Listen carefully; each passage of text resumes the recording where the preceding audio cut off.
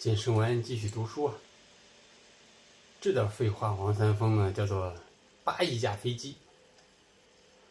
佐德里理直气壮，当然严肃，为什么不严肃？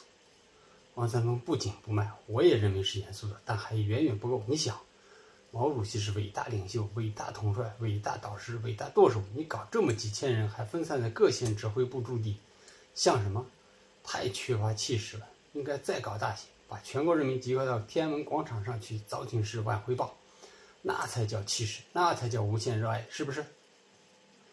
那时左是革命的象征，越左越革命。佐德里没想到王三丰会以左制左，明知不可能却不敢反驳，底气不足地说：8亿人集中到天安门广场上早请示晚汇报，那恐怕不行吧？王三丰反而来了劲，咋不行？8亿人谁不热爱毛主席？佐德里说：不是热爱不热爱，天安门广场是大，恐怕也站不下8亿人吧？